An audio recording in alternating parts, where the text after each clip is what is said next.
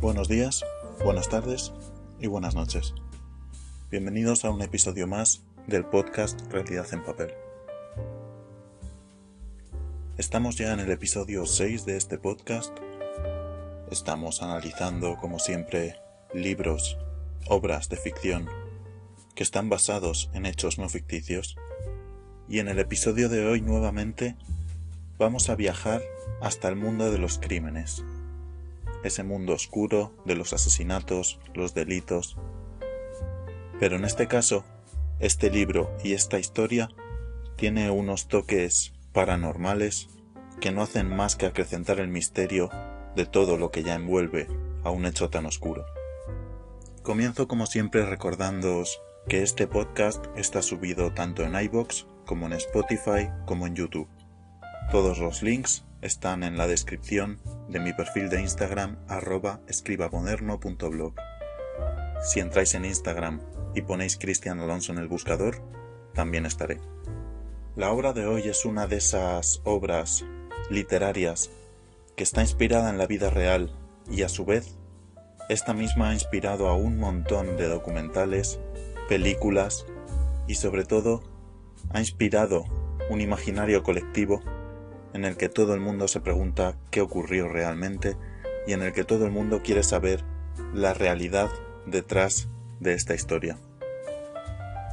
En el podcast de hoy vamos a analizar la obra El caso Amityville, de Rick Osuna.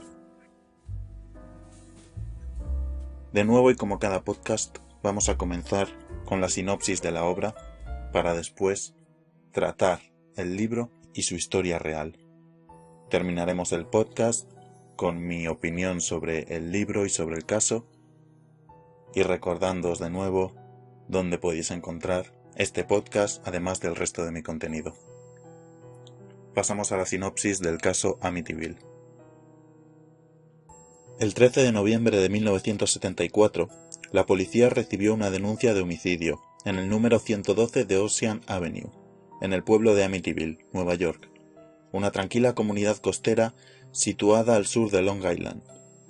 Una vez allí, la policía descubrió 6 miembros de la familia DeFeu, padre, madre y 4 de sus 5 hijos, asesinados a tiros al estilo de una ejecución. El hijo superviviente, Ronald DeFeu Jr., fue finalmente acusado y juzgado por el asesinato de su familia. Algunos dijeron que una fuerza sobrenatural en la casa de los DeFeu llevó a Ronald a matar a sus congéneres, mientras que otros afirman que simplemente lo hizo para beneficiarse de la herencia familiar. Este libro ofrece la verdadera historia detrás de la tragedia. ¿Actuó solo? ¿Qué hay de cierto en las historias sobrenaturales de la casa? ¿Cómo se benefició Hollywood de esta tragedia? Toda la verdad sobre esta historia nunca había sido contada hasta la publicación de Rick Osuna, producto de una investigación que sorprenderá al lector por su gran minuciosidad. Antes de comenzar a tratar la obra vamos a ponernos en contexto para entender mejor todo lo que el autor explica en este libro. Tenemos que irnos a los años 70. Estamos en Nueva York, como dice la sinopsis del libro, concretamente en Long Island. El 13 de noviembre de 1974, Ronald DeFeu Jr., nuestro protagonista, había quedado con su novia para pasar un tiempo, y tras ello quedó con un amigo en un bar para tomar unas copas. Al llegar al bar, su amigo notó que Ronald DeFeu estaba cabizbajo, preocupado, muy callado, y le preguntó qué ocurría. Ronald dijo que estaba preocupado por su familia, ya que esa misma mañana, en el trabajo, su padre, con el que trabajaba en un concesionario en Nueva York, no había asistido, que al llegar a su casa no tenía llaves y al llamar a la puerta nadie la abría, y que su padre tenía una cita médica que tenía miedo de que se pudiera haber complicado. Dice que intentó llamar a la puerta de casa y no consiguió nada, que intentó llamar a los teléfonos y no consiguió nada, y que incluso con el teléfono de su novia intentó llamar a sus padres y tampoco consiguió contactar con ellos. Su amigo decidió acompañarle a casa, y al final, a través de una ventana consiguieron entrar. Al entrar, subieron al cuarto de los padres, y ambos quedaron sobresaltados a ver que sus padres, Ronald Sr. y Louis, estaban en su cama, muertos y ensangrentados. En ese momento bajaron corriendo y decidieron volver al bar a pedir ayuda. Ya en el bar, consiguieron que unas cuantas personas volvieran con ellos a su casa, volvieron a entrar en la casa, y ahí descubrieron que no solo los padres estaban muertos, sino que todos sus hermanos, Allison, John, Mark y Dawn, estaban también muertos, igual que sus padres. Ya en la casa, una de las personas que decidió acompañar a Ronald Jr. llamó a los servicios de emergencias e informó del caso. En torno a las 7 menos 25 de la tarde, la policía llegó a la casa, el 112 de Ocean Avenue, y ahí se encontraron con la escena. El procedimiento que se siguió fue el normal y corriente. La policía estaba investigando, estas personas que acompañaron a Ronald para ayudar fueron echadas de la escena del crimen. Mientras tanto, Ronald se quedó en la parte de abajo, muy afectado por todo lo que había visto, con un ataque de ansiedad y llorando, mientras la policía descubría poco a poco la escena del crimen y se percataba de que toda la familia habían muerto, todos siendo disparados. Los padres habían recibido 2 disparos cada uno, mientras que los hermanos habían muerto de un solo disparo, y en ese momento comenzaron a investigar. Preguntando a Ronald Jr. qué podía haber ocurrido, Ronald Jr. lo primero que hizo fue decir que había un mafioso llamado Louis Fallin que había sido el responsable de la muerte de su familia. Louis Fallin era un capo de la mafia de Nueva York, al que el padre de Ronald Sr., había ayudado a esconder algunos de sus materiales ilegales y cosas robadas en su propia casa, e incluso Ronald Jr. decía que habían vivido juntos en su casa durante un tiempo. En ese momento, la policía decide sacar a Ronald de la casa, llevarlo a la comisaría y darle protección personal por miedo a las represalias de este mafioso, Louis Fallin, que hasta el momento era el único sospechoso. Ya en la comisaría siguió el protocolo normal de investigación, entonces empezaron a hacerle unas cuantas preguntas a Ronald Jr. Ronald Jr., al muy poco tiempo de comenzar a explicar los hechos en su punto de vista, comenzó a tener grandes incoherencias dentro de su propio discurso. Primero decía que había estado durante todo el día en el trabajo esperando a su padre, al cual no conseguía localizar. Después añadió que había quedado con su novia. Más tarde añadió que había quedado con su amigo, el que le acompañó hasta el 112 de Ocean Avenue cuando se encontró a sus padres. Y más tarde incluso dijo que durante la mañana no había estado en el trabajo, sino que había estado bebiendo con otro grupo de amigos.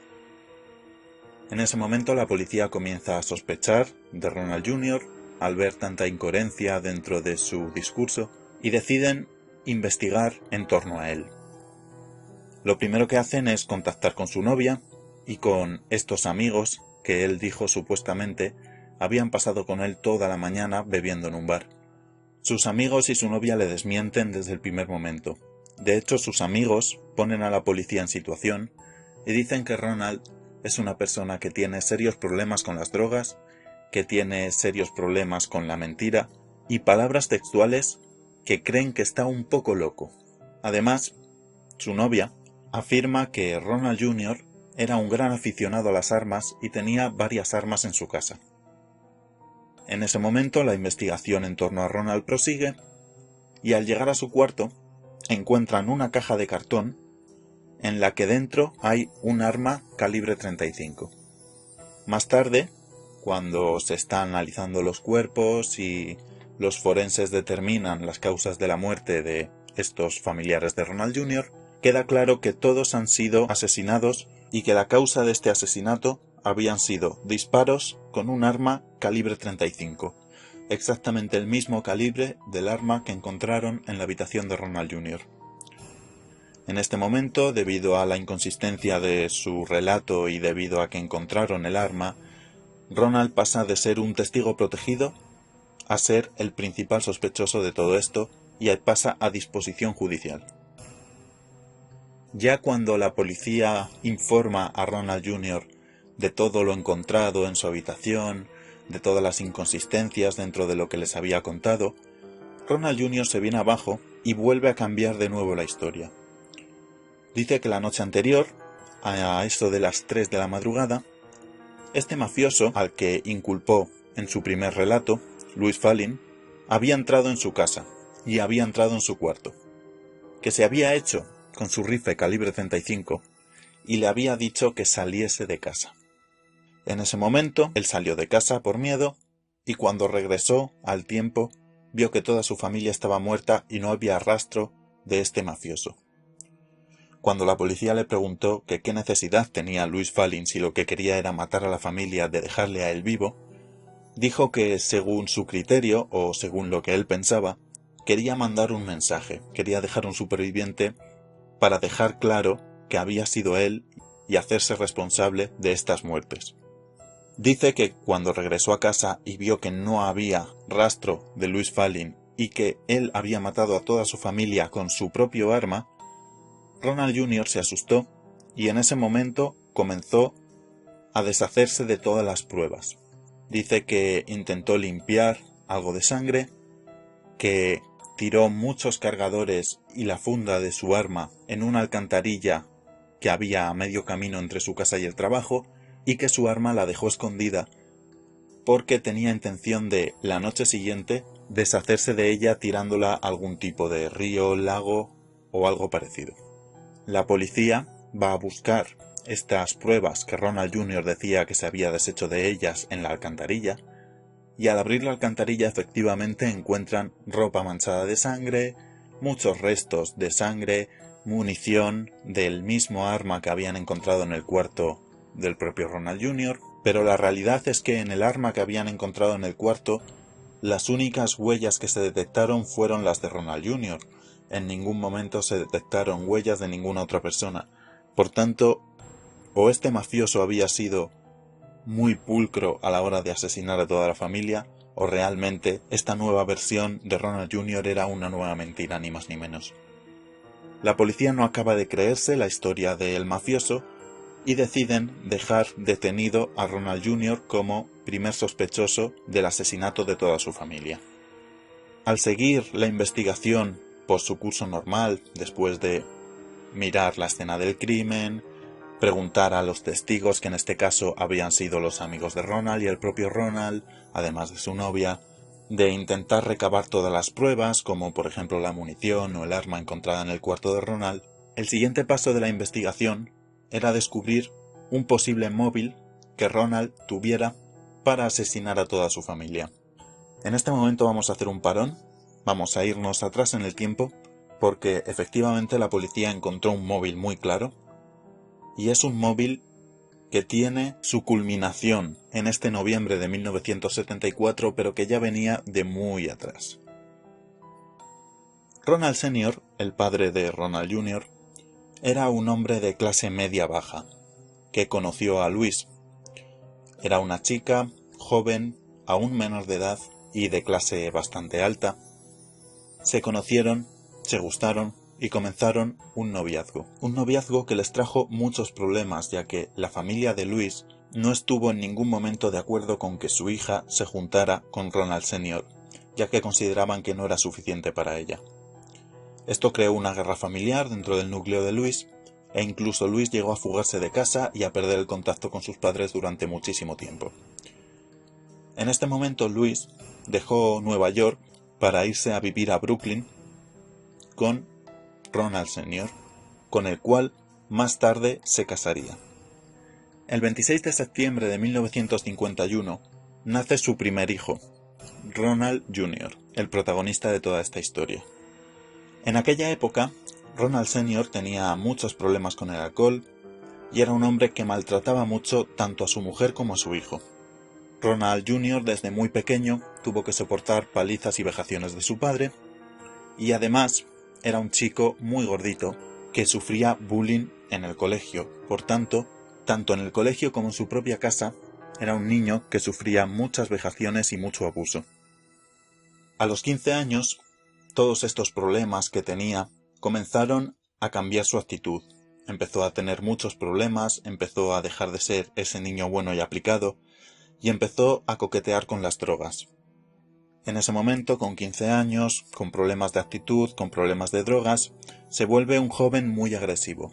El padre, Ronald Sr., proseguía con esta mala actitud respecto a su mujer y a su hijo, pero en este caso, su hijo Ronald Jr. ya no era ese niño miedoso y callado, era un niño con unos problemas de agresividad muy grandes y tenía grandes discusiones con su padre al enfrentarse a él cuando tenían algún tipo de pelea o cuando Ronald Sr. tenía algún problema con su mujer, que era la madre de Ronald Jr., y Ronald se interponía en estas discusiones, llegando incluso a tener grandes peleas físicas con su padre. Ronald Jr. acabó yendo a un psiquiatra, pero sus problemas de actitud y sus problemas con las drogas no cambiaron. De hecho, iban cada vez más a peor. Y la respuesta que tenían tanto su padre Ronald Sr. como su madre Louise eran malcriarle, era comprarle todo lo que pedía, era hacer todo lo que él decía, era ceder ante todas sus imposiciones para evitar este tipo de guerras. Para aquel entonces la familia de Ronald ya no era una familia de clase media baja, no era ese hombre que se fugó con una joven con la que se había enamorado a un barrio de Brooklyn. Realmente ya empezaban a tener grandes activos.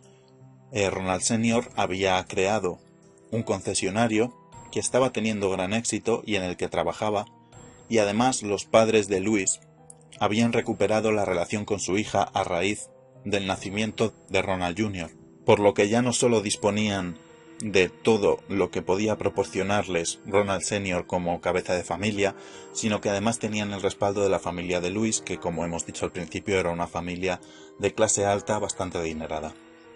El problema de darle todos estos caprichos y de ceder ante todas sus pretensiones es que crearon una especie de pequeño dictador que sabía que cuanto más la montara, cuanto más guerra creara y cuanto más problemático fuera, más iban a ceder sus padres para intentar calmarlo.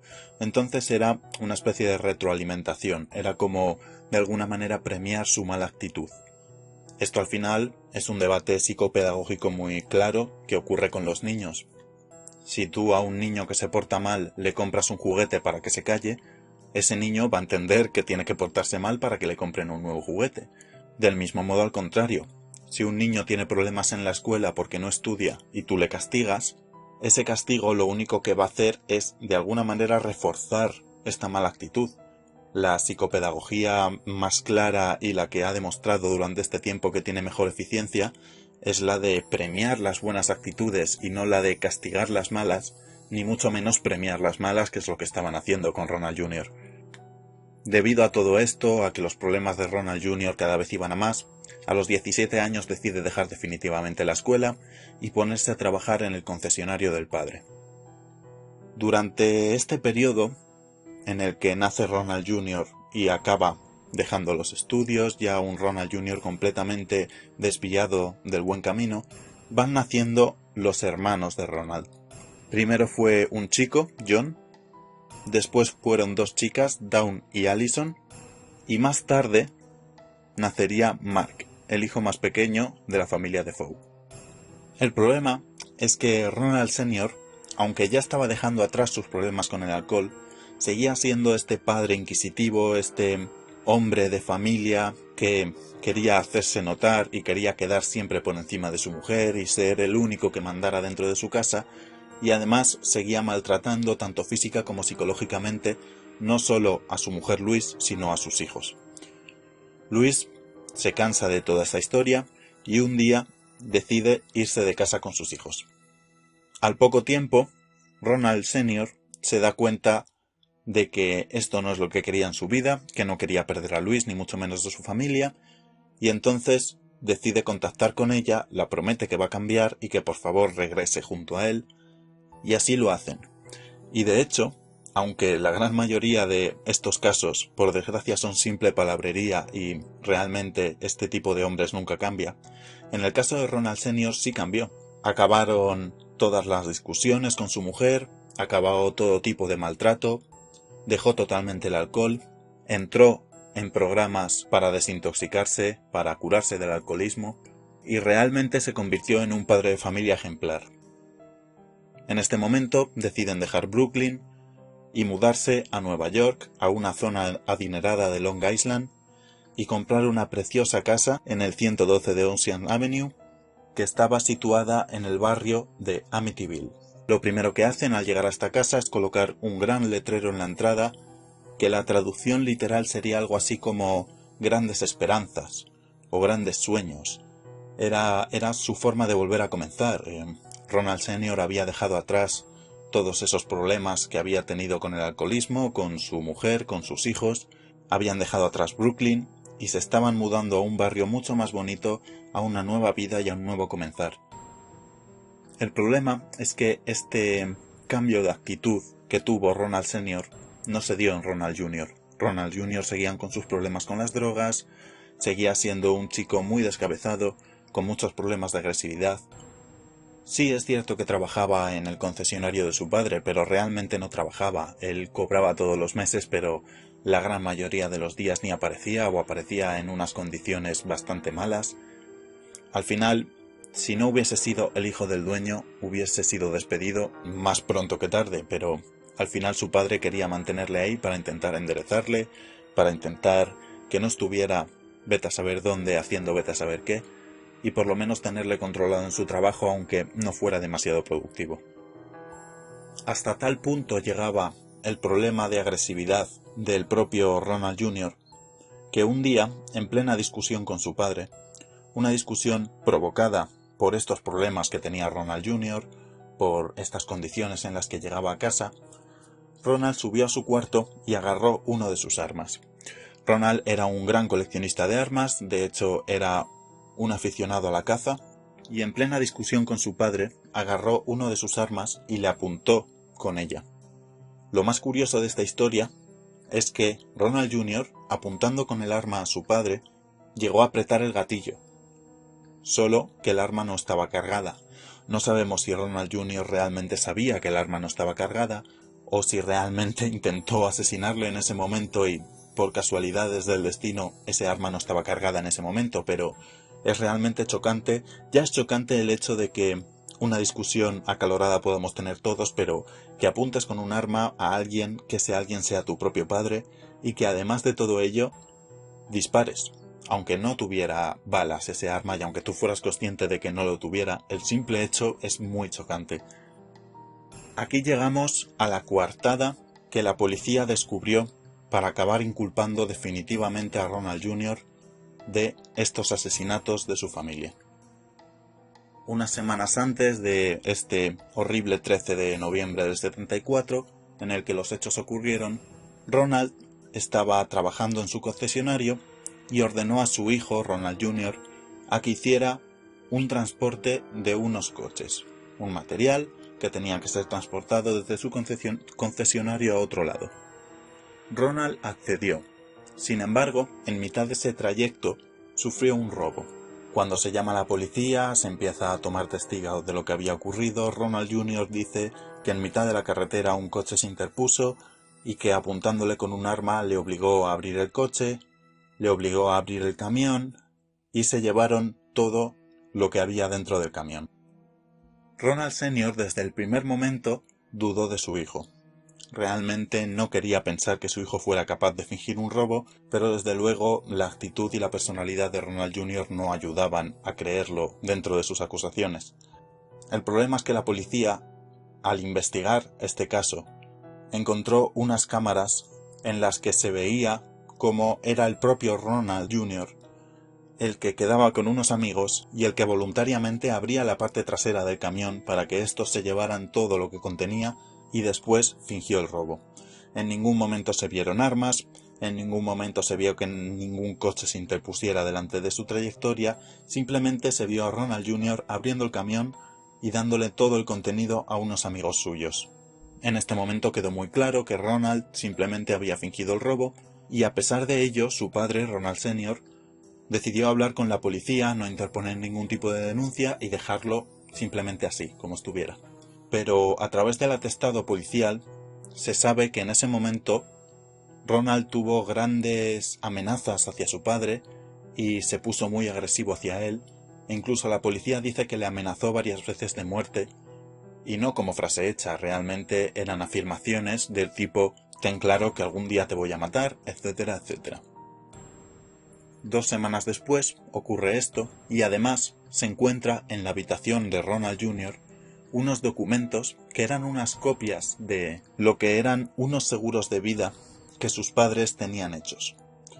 Estos seguros de vida, todos sabemos lo que son una especie de seguros, valga la redundancia, en los que si el titular de dicho seguro muere, la persona beneficiaria recibe una cantidad de dinero, y en este caso las personas beneficiarias eran todos los hijos de Ronald y Louise. Ambos, tanto Ronald como Louise, tenían un seguro de vida, y estos papeles aparecen en el cuarto de Ronald Jr. Aquí tenemos el móvil claro, unos problemas familiares, unas amenazas, un interés económico por parte de Ronald Jr. para matar a sus padres, y además un interés de matar a sus hermanos, los cuales, si sobrevivían, tenían que recibir la misma cantidad que Ronald Jr., es decir, que él iba a tocar a menos dinero.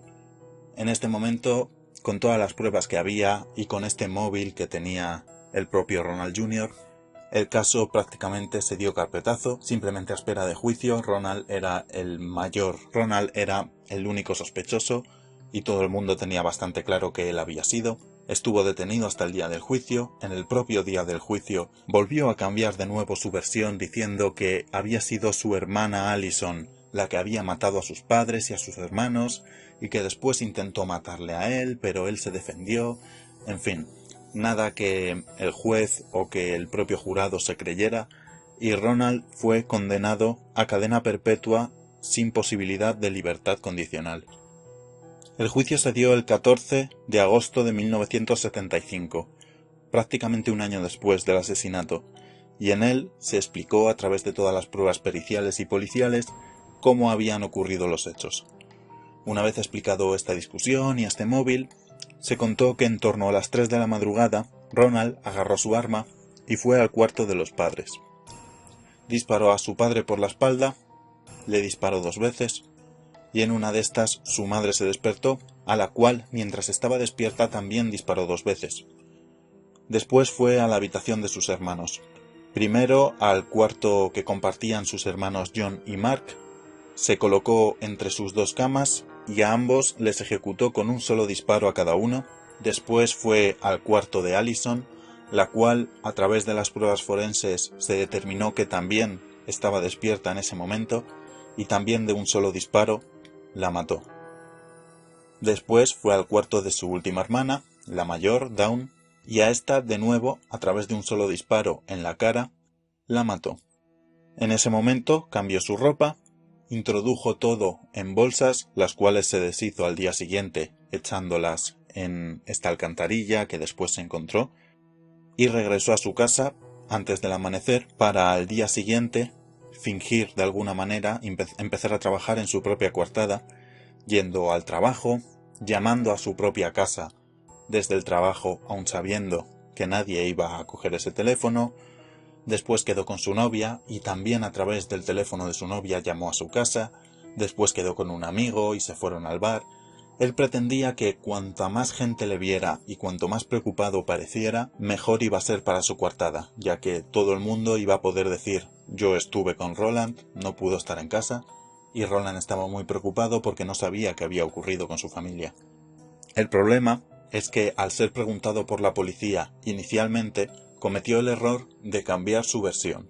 Si él hubiese mantenido la primera versión, la de quedé con mi novia, fui al bar y después me lo encontré todo, a lo mejor no había pasado nada.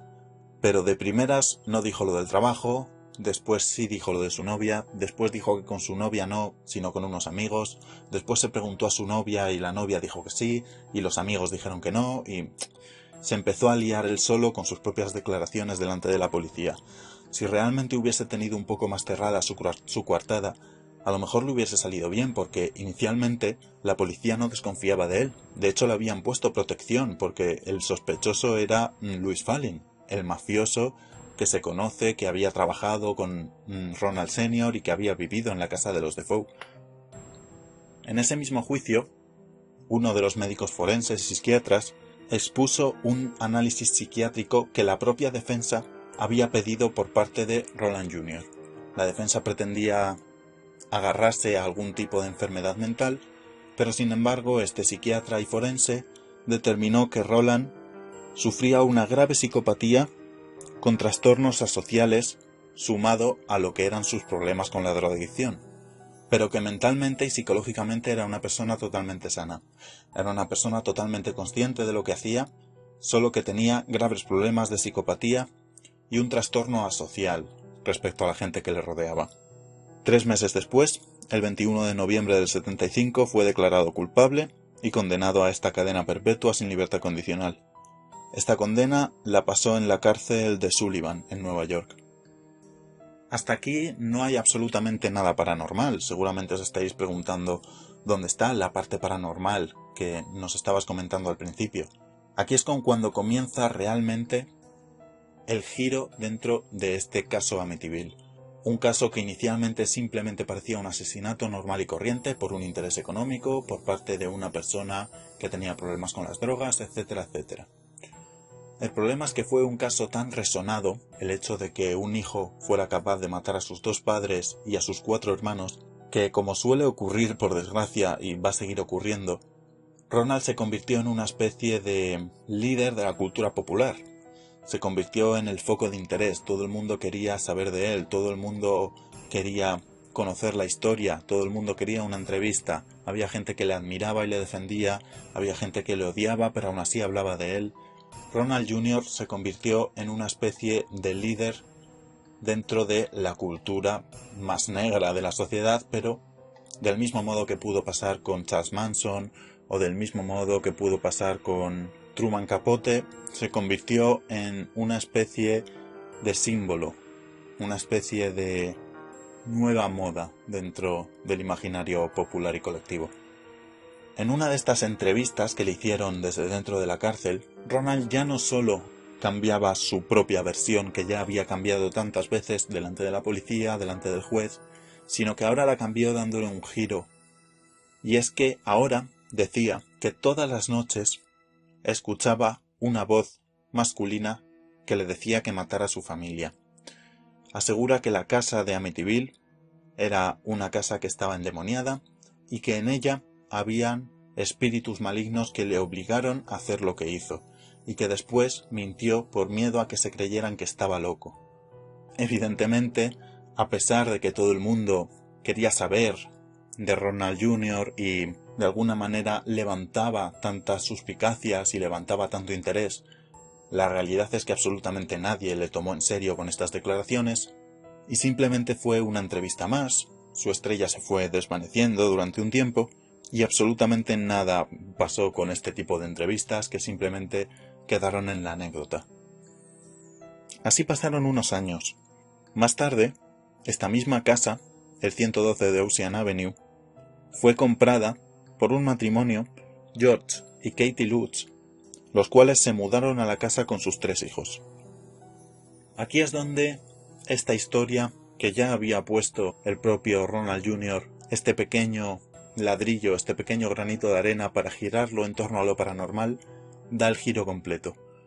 Porque esta familia, a los pocos años, no llegó a los 2 años de hecho, de haber comprado esta casa, deciden mudarse porque dice que dentro de ella ocurren cosas paranormales. Afirman que tanto puertas como ventanas se abren solas, afirman que las fotos aparecen arañadas, cristales rotos, que un día vieron la imagen de un demonio que se había hecho carne dentro del cuerpo de un cerdo. Decían que tenían un grave problema de moscas, que era increíble la cantidad de moscas que podía haber, que habían llamado a un montón de exterminadores, habían puesto todo tipo de aparatos insecticidas dentro de la casa, y la cantidad de moscas que había no era normal. Y además decían que el padre de familia, George, había tenido un cambio de actitud muy grande. que pasó de ser un hombre totalmente normal, un hombre cariñoso con su mujer y sus hijos, a convertirse en una persona huraña, a convertirse en una persona que siempre estaba enfadado, incluso a levantar la mano tanto a su mujer como a sus hijos. Y George afirmó que había una voz masculina que le torturaba noche tras noche, y que decía que le estaba volviendo loco. En base a todos estos acontecimientos y a lo que contó el propio Ronald Jr., decidieron hacer sus maletas e irse de esta casa. Aquí llega lo curioso de esta historia, y es que los abogados de Ronald Jr., al ver esta reacción de la familia Lutz, deciden intentar reabrir el caso. Deciden poner en la palestra el hecho de que la última declaración de Ronald Jr., aquella que dio en esa entrevista y que nadie se tomó en serio, quizás podía ser cierta, que realmente podía haber algo en esa casa que le hubiese obligado a hacer lo que hizo aquella noche del 13 de noviembre. Los jueces y las autoridades no dieron ningún fundamento a esta teoría y el caso nunca se llegó a reabrir. Ronald pasó toda su vida en la cárcel.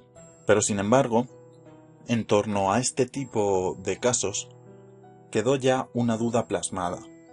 La primera duda era qué ocurría dentro de esa casa. Si realmente ocurrían estos hechos paranormales que decían la familia Lutz o no. Y respecto al caso, en concreto al asesinato de la familia Defoe, habían muchas incógnitas. La primera, y la que más dudas generaba tanto en la sociedad como en las propias autoridades, es cómo consiguió Ronald Jr. matar a toda su familia uno tras otro sin que nadie se diera cuenta. No solo los familiares, los vecinos. Era un barrio muy tranquilo y utilizó un arma calibre 35. No sé si conoceréis de armas, pero un arma normal de las que utiliza la policía, de estas de mano, es un calibre 9. Un calibre 35 es 4 veces más. Podéis imaginaros que el ruido es 4 veces más. Las investigaciones de los forenses y de los criminólogos y de los encargados de balística determinó que en ese arma nunca había habido un silenciador. Ese arma no estaba capacitada para tener silenciador. ¿Cómo consiguió Ronald ir al cuarto de sus padres, matar a su padre? Sí que es cierto que la madre se despertó. Hasta ahí todo correcto, escuchas 2 tiros a tu lado, lo normal es que te despiertes sobresaltada, es como si tiraran un petardo dentro de tu cuarto. Pero después fue al cuarto de los 2 niños y ellos no estaban despiertos. ¿Cómo consiguió disparar 4 veces sin que ellos se despertaran? Después, los forenses determinaron que Allison sí estaba despierta y a ella sí que la mató despierta. Pero al ir al cuarto de su hermana Dawn, y después de 7 tiros en total que había dado ya para matar a los 4 miembros de su familia, 5, perdón, Dawn también estaba dormida.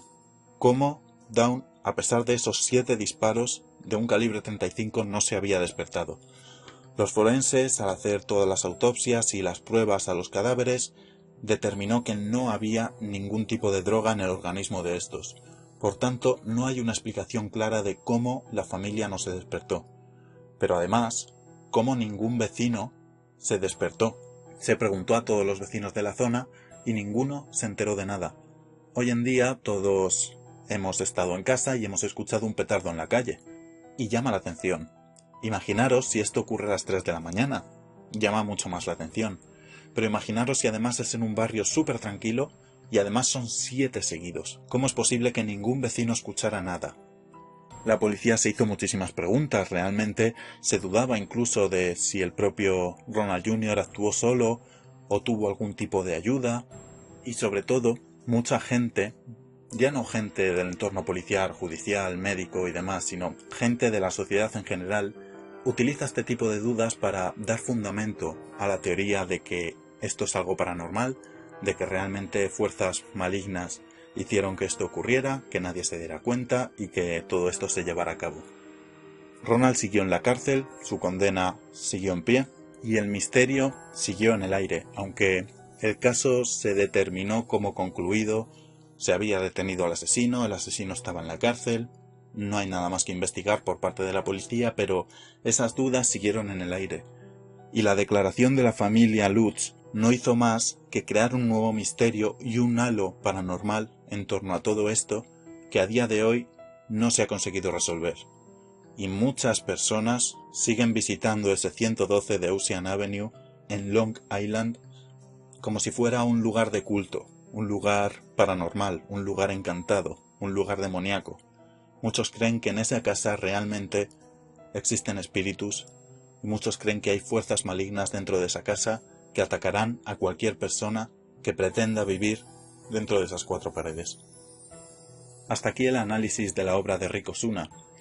Mi opinión personal respecto al caso, creo que las pruebas policiales, de forenses, criminales y demás son muy claras respecto a que Roland Jr. fue el responsable. Y respecto al halo de misterio, este halo paranormal, ya todos los que hayan escuchado mi podcast anteriormente saben que yo no soy una persona que crea en todo esto, no creo que haya nada que trascienda más allá de la vida, no creo en los espíritus, ni creo en todo este tipo de misterios y en todo este tipo de ideas que hay respecto a la muerte, respecto a los fantasmas, etcétera, etcétera. Para mí, simplemente, esto de lo paranormal fue una nueva intentona de Ronald Jr. de intentar salir de la cárcel, igual que lo fue cuando dijo que estaba con su novia, cuando dijo que estaba con sus amigos, cuando dijo que había sido su hermana la asesina, cuando después dijo que había sido el mafioso, y después lo que se le ocurrió es decir que fueron los fantasmas. Realmente creo que Ronald simplemente lo que intentó es buscar una justificación al hecho de que quería matar a sus padres para llevarse el dinero de los seguros de vida, y que además mató a sus hermanos para que no tener que compartir este dinero. Respecto a la familia Lutz, sí que es cierto que estamos hablando de una familia que en ningún momento han tenido relación con la familia Defoe, ni son sospechosos de querer mentir, ni ganan nada secundando esta teoría de Ronald Jr. respecto a los fantasmas que habitaban en el 112 de Ocean Avenue, pero la realidad es que, como hemos dicho antes, fue un caso muy mediático, fue un caso que caló muy hondo dentro de la sociedad. El hecho de este fratricidio, el hecho de este genocidio tan grande por parte de Ronald, el hecho de que tan impunemente intentara al día siguiente escurrir el bulto, que intentara librarse de todo esto, que fuera capaz incluso de llorar en el salón, a moco tendido y con un ataque de ansiedad, aun sabiendo que había sido él el responsable de la muerte de su familia, es algo que caló muy hondo, que hizo mucha repercusión, hizo mucho ruido dentro de la sociedad. Estoy casi seguro que la familia Lutz conocía el caso.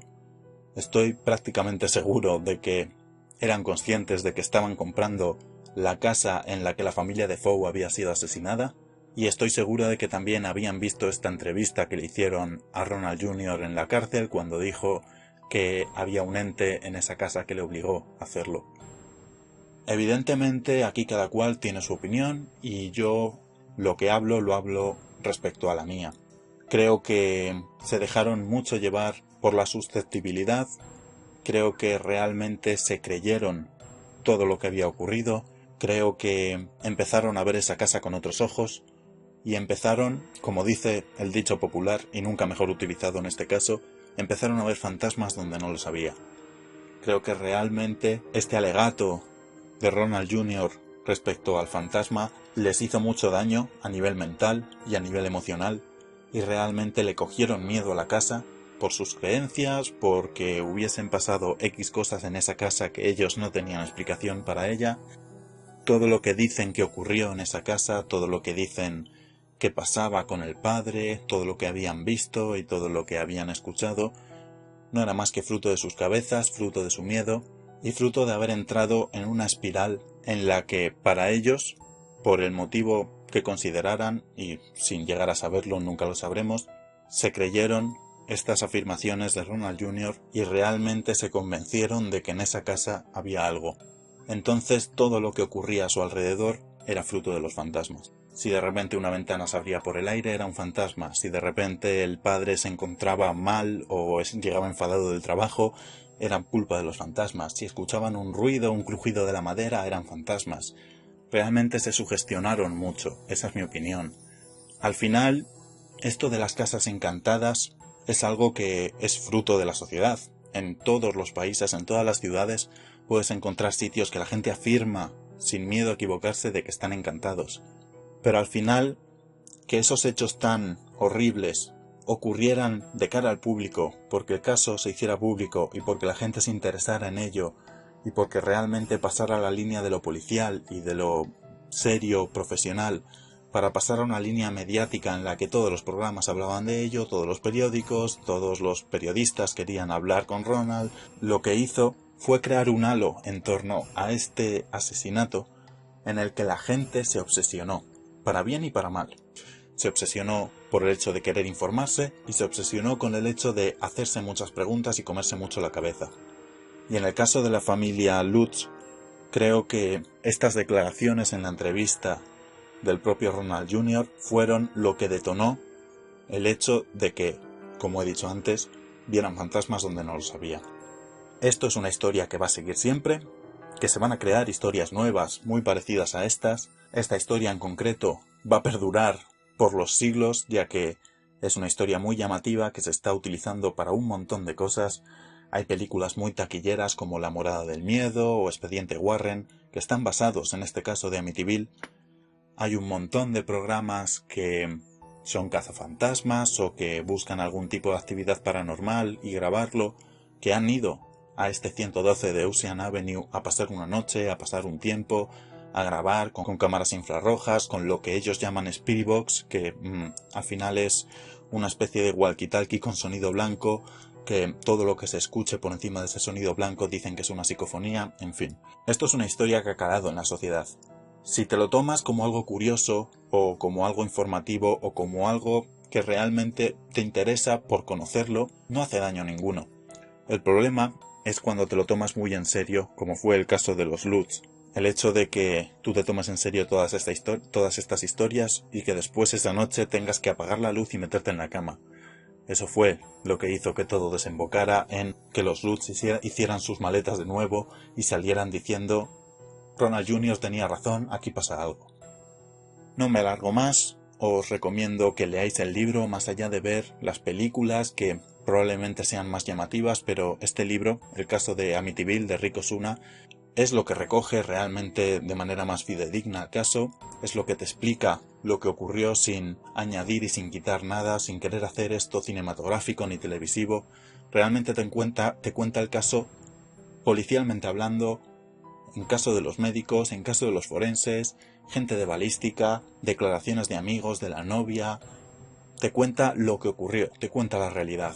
No pretende hacerlo más bonito, ni más llamativo, ni menos desagradable, cosa que sí ocurre en todas las películas, todas las series y en la mayor parte de documentales que he visto referentes a este tema.